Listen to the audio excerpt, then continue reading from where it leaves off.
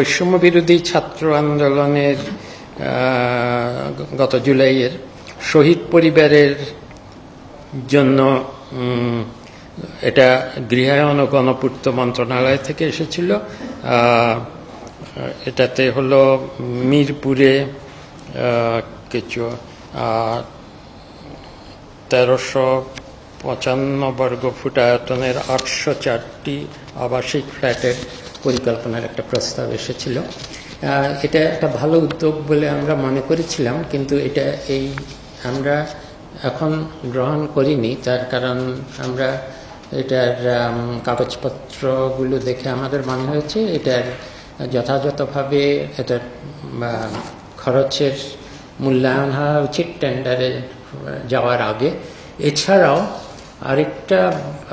আরেকটা খুব গুরুত্বপূর্ণ বিষয় হলো বিভিন্ন মন্ত্রণালয় থেকে বিভিন্ন ধরনের সাহায্য এই পরিবারগুলোর মধ্যে আসতে থাকলে কোথায় যে ফাঁক আছে আর কোথায় যে দুটো একত্র হয়ে যাচ্ছে এগুলো বোঝা যাচ্ছে না। কাজেই এখন থেকে আমি মনে করছি এই প্রকল্প এবং আরও প্রকল্প আছে। আর তাছাড়া ওইসব পরিবারের জন্য ভাতার যেসব ব্যবস্থা আছে এগুলো সবগুলো, এবং যারা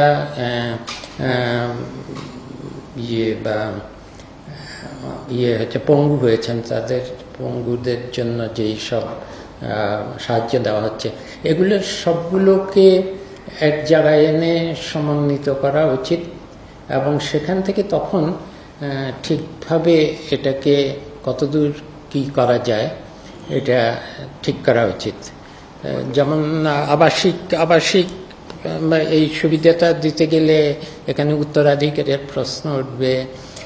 শুধু ঢাকাতেই মিরপুরে কেন, অনেকে তো গ্রামাঞ্চলে এবং অন্য শহরে থাকে। কাজেই এটা ভালো উদ্যোগ ছিল, কিন্তু এটাকে আরও পরিকল্পনা করতে হবে এবং এটা ব্যয়ের প্রাক্কলন ঠিকমতো হয়েছে কিনা এই জন্য এই একাধিক মন্ত্রণালয়কে এটাকে সমন্বয় করতে বলা হয়েছে। শেষ পর্যন্ত এটা মুক্তিযুদ্ধ মন্ত্রণালয় এটাকে সমন্বয় করতে হবে।